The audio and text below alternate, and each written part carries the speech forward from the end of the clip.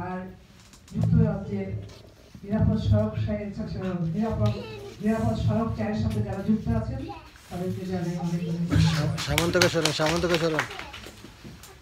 আমাদের বাংলাদেশের চলচ্চিত্রের লেজেন্ডার অভিনেতা ইলিয়াস কাঞ্চন, তার সম্বন্ধে যদি মনে করেন সারাদিন যদি বলি তার কর্মকাণ্ডের কথা, ভালো কর্মকাণ্ডের কথা শেষ হবে না। তবে আপনারা সবাই জানেন আজ 25 বছর আগে তার সহধর্মী আপনার রোড অ্যাক্সিডেন্টে মারা যান। তখন থেকে কিন্তু সেই আন্দোলন শুরু হয়েছে। সেই আন্দোলন কিন্তু আজকে আপনার আমাদের গ্রামগঞ্জে, শহরে, রাস্তাঘাটে আপনার ইলিয়াস কাঞ্চন পরিশ্রম করে আপনার মন্ত্রী মিনিস্টার আপনারা দেখেছেন টেলিভিশনে, তাদের সাথে বৈঠক করে আপনার ড্রাইভার গাড়ির আপনার মালিকদের সাথে বৈঠক করে আজকে যে পর্যায়ে এনেছেন, আমি মনে করি আমাদের বাংলাদেশের নাগরিক কিন্তু অনেক সচেতন হয়েছে। এইভাবে কিন্তু আমরা যদি আন্দোলন করি আর ইলিয়াস কাঞ্চনের এই আপনার কষ্টের শ্রম এই যদি আরো আমি জানি যে আপনার সারা যতদিন তার শ্বাস আছে ততদিন কিন্তু এই আন্দোলন চলবে। আমার বিশ্বাস এইভাবে আন্দোলন করলে আমার মনে হয় না যে আমরা নিরাপদ সড়ক ফিরে পাবো না, অতি শীঘ্রই আমরা ফিরে পাবো। আমরা খুব গর্বিত যে আমাদের দেশের মানুষ, আমরা চলচ্চিত্রের মানুষ, আজকে আমাদের একজন অভিনেতা ইলিয়াস কাঞ্চন সে জনসেবা করে 21 পদক পেয়েছে। আমরা গর্বিত। আমি ইলিয়াস কাঞ্চন আরো সুন্দর হোক, তার সুস্বাস্থ্য কামনা করছি, দীর্ঘায়ু কামনা করছি।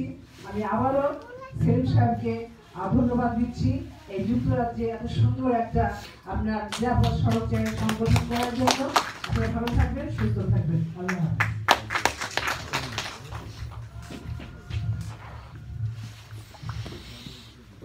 ধন্যবাদ রচনা রঙ্গিনা আপনার সুন্দর বক্তব্যের জন্য। এবারে বক্তব্য নিয়ে আসবেন আজকের অনুষ্ঠানের বিশেষ অতিথি, আমাদের সংগঠনের সম্মানিত উপদেষ্টা, যুক্তরাজ্য হিউম্যান রাইটসের সম্মানিত সভাপতি জনাব আব্দুল আহাদ চৌধুরী। জনাব আব্দুল আহাদ। ধন্যবাদ। আমি 2 মিনিটের মধ্যে আমার বক্তব্য শেষ করবো।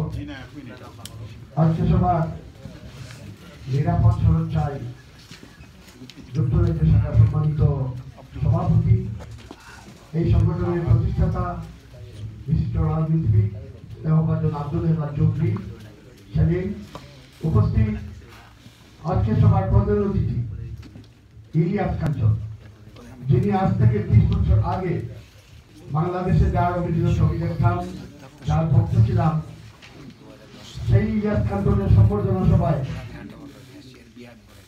আমরা যুক্তরাজ্যের বিভিন্ন স্থান থেকে বিপুল সংখ্যক, ঠান্ডার দিনে বিপুল সংখ্যক উপস্থিতি, এটি প্রমাণিত হয় ইলিয়াস কাঞ্চনের নেতৃত্বে যে নিরাপদ সড়ক চাই সেটা বাংলাদেশ সহ অর্থাৎ দুনিয়ার মধ্যে বাঙালি জাতির মধ্যে সারা এবং একটি সচেতনতা সৃষ্টি হয়েছে। আজকে সবার বিশেষ অতিথি বিশিষ্ট রাজনীতিবিদ, সাবেক ছাত্র নেতা, আগামীতে নির্বাচনে যিনি এমপি হিসাবে মনোনীত হওয়ার জন্য মনোনয়ন চাবেন সাদিদুর রহমান ফারুক, এবং অত্যন্ত জনপ্রিয় অভিনেত্রী, নায়িকা, আজ থেকে 3 বছর আগে দাবকে যেভাবে দেখেছিলাম আজও সেইভাবে আছেন রৌদ্রনারা রুজিনা সহ সুধী মন্ডলী। আমি প্রথমেই বলেছি আমি বক্তব্য দেব না, শুধু একটি কথাই বলতে চাই, ইলিয়াস কাঞ্চন সাহেব, আজকে বাংলাদেশের সরকার, বাংলাদেশের 16 কোটি জনগণ 21 চেতনায় বিশ্বাসী হয়ে আপনাকে 21 পদক দেওয়া হয়েছে। যেই পদক বাংলাদেশে যারা বিশিষ্ট ভূমিকা যার জন্য তারা পেয়েছেন, বাংলাদেশ আপনাকে, জনগণ সহ বাংলাদেশের মাননীয় প্রধানমন্ত্রী সহ বাংলাদেশের গুরুত্বপূর্ণ ব্যক্তিবর্গ আপনাকে সেই সম্মান দিয়েছেন, আপনাকে স্বীকৃতি দিয়েছেন যে আপনার নিরাপদ সরকার একজন বক্তা বলে গেছেন যে আপনি একজন সাধারণ নায়ক হয়ে, একজন জনপ্রিয় নায়ক হয়ে, একটি নায়ক হয়ে আপনি যেইভাবে সাধারণ মানুষের জন্য 25 বছর আপনি কষ্ট করেছেন, কাজ করেছেন, শ্রমিক নেতাদের ভূমিকা, শ্রমিক নেতাদের ছয়ে আপনাকে প্রাণনাশের হুমকি দিয়েছে, অবাঞ্ছিত ধারা বাংলাদেশে ঘোষণা করেছে। এরপরেও স্বাভাবিকতার সাথে আপনি যে এই আন্দোলনকে এগিয়ে দিয়ে সমগ্র দুনিয়ার বাঙালিদেরকে সচেতন করেছেন। কিছুদিন আগে ছাত্ররা যেইভাবে আন্দোলন করেছে, এটা আপনার সচেতনতার মাধ্যমে, আপনার জন্যই সেই সকল জাগরণ সৃষ্টি হয়েছে। আপনাকে যুক্তরাজ্যবাসীর পক্ষ থেকে আমি সংগ্রামী সংগঠিত ব্যক্তি হিসাবে সালাম জানাই। সবাইকে ধন্যবাদ। ধন্যবাদ আহাদ ভাই। এবারে বক্তব্য নিয়ে আসবেন আজকে এই সম্বর্ধনা অনুষ্ঠানের প্রধান অতিথি, যুক্তরাজ্যে আমাদের কমিউনিটি সদস্যীয় ব্যক্তি, অত্যন্ত আস্থাবাদক ব্যক্তি, ঢাকা বিশ্ববিদ্যালয়ের সাবেক ছাত্র নেতা, আমাদের সকলের শ্রদ্ধাবাদক ব্যক্তিত্ব, শিক্ষাবিদ, বিশিষ্ট রাজনীতিবিদ জনাব সৈয়দ সাজিদুর রহমান ভাই।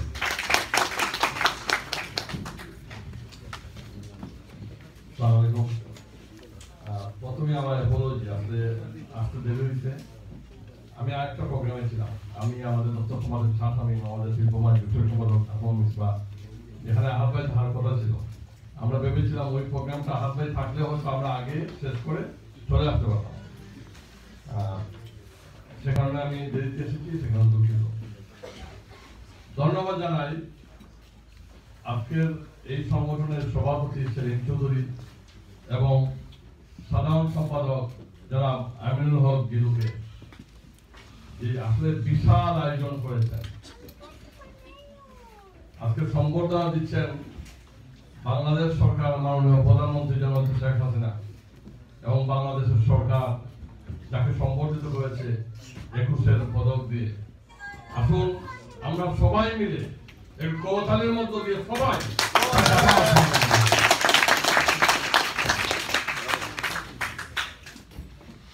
এখানে উপস্থিত হয়েছেন আমাদের সকলের শ্রদ্ধাভাজন এবং সকলের প্রিয় অভিনেত্রী রোশনা রুজিনা, আপনাকে আমাদের অভিনন্দন।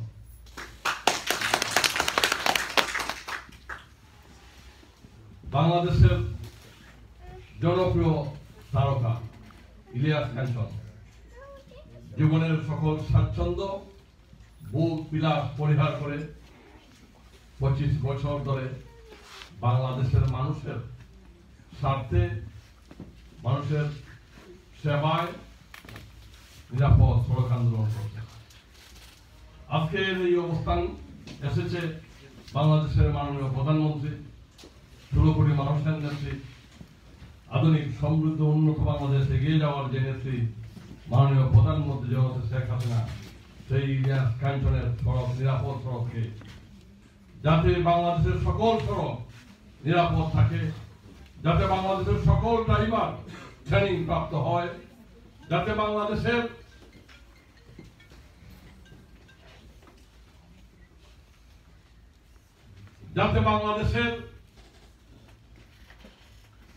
সকল ড্রাইভাররা লং রুটে গিয়ে 5 ঘন্টার বেশি ড্রাইভ না করতে পারেন,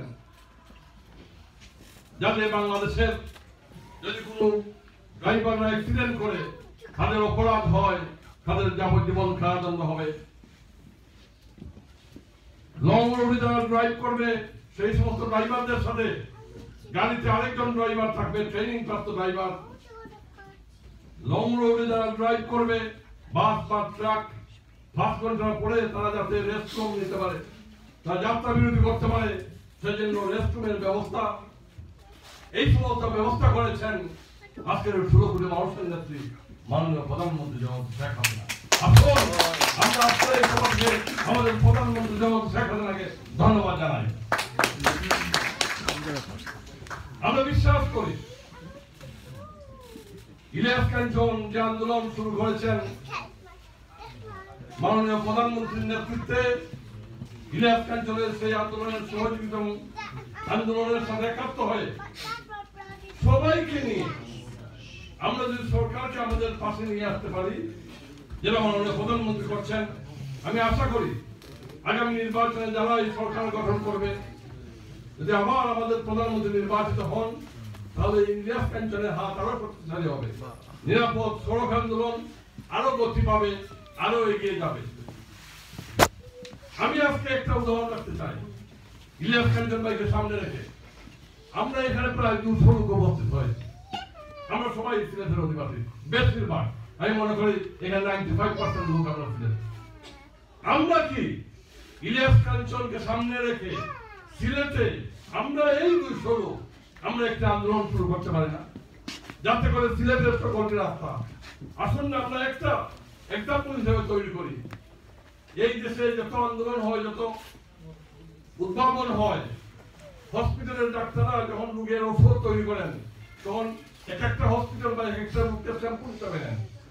আপনারা আমরা এই 200 লোক যদি একটু স্বীকার করি, আমাদের ত্যাগ স্বীকার করে আসুন না বৃহত্তর সিলেটের সিলেট শহর বা মৌলভীবাজার শহর একটি শহরকে যাতে করে আমরা নিরাপদ করতে পারি সেই ব্যবস্থাটুকু করি। তাহলে আজকের এই সভা সেলিম চৌধুরী এবং আমিনুল হকের নেতৃত্বে আজকের যে সভা অনুষ্ঠিত হয়েছে, আমরা সবাই আপনারা সবাই যে সবাই উপস্থিত হয়েছেন আমরা গর্ব করে বলতে পারবো আগামী 5 বছরের মধ্যে বা 3 বছরের মধ্যে আমরা যদি সিলেট শহরকে নিরাপদ করে পরিণত করতে পারি। আমার বিশ্বাস ইলিয়াস কাঞ্চনের নেতৃত্বে এবং রুজিনা আপা সহ আরো যারা চিত্রনায়িকা রয়েছেন, আজকের আমাদের আরেকজন মাননীয় সাংসদ সঙ্গীত শিল্পী মমতাজ তার স্বাস্থ্য ক্ষেত্রে চিকিৎসা ক্ষেত্রে অত্যন্ত প্রবলভাবে সাহায্য সহযোগিতা করে যাচ্ছেন। আসুন আমরা নিরাপদ সড়ক বাংলাদেশ তৈরি করতে চাই। যত হুঙ্কার আসুক, আমার বিশ্বাস তারা যতই স্ট্রাইক করুক বা ধর্মঘট করুক, এইখানে আমি বারবার যে কথাটা বলতে চাচ্ছি, ইলিয়াস কাঞ্চন সাহেব সরকারকে সাথে নিয়ে আসতে হবে, না হলে অভিষ্ট লক্ষ্যে পৌঁছতে অনেক দেরি হবে। আজকের যে সরকার তার পাশে রয়েছে যদি কন্টিনিউ হয়, তাহলে যত হুঙ্কারই আসুক সব হুঙ্কারকে মোকাবেলা করে বাংলাদেশের সড়ক মাননীয় প্রধানমন্ত্রীর নেতৃত্বে নিরাপদ হবে, সেই আশা এবং প্রত্যাশাকে আমি আমার বক্তব্য শেষ করছি। জয় বাংলা, জয় ধন্যবাদ। আজকে সভার প্রধান অতিথি অধ্যক্ষ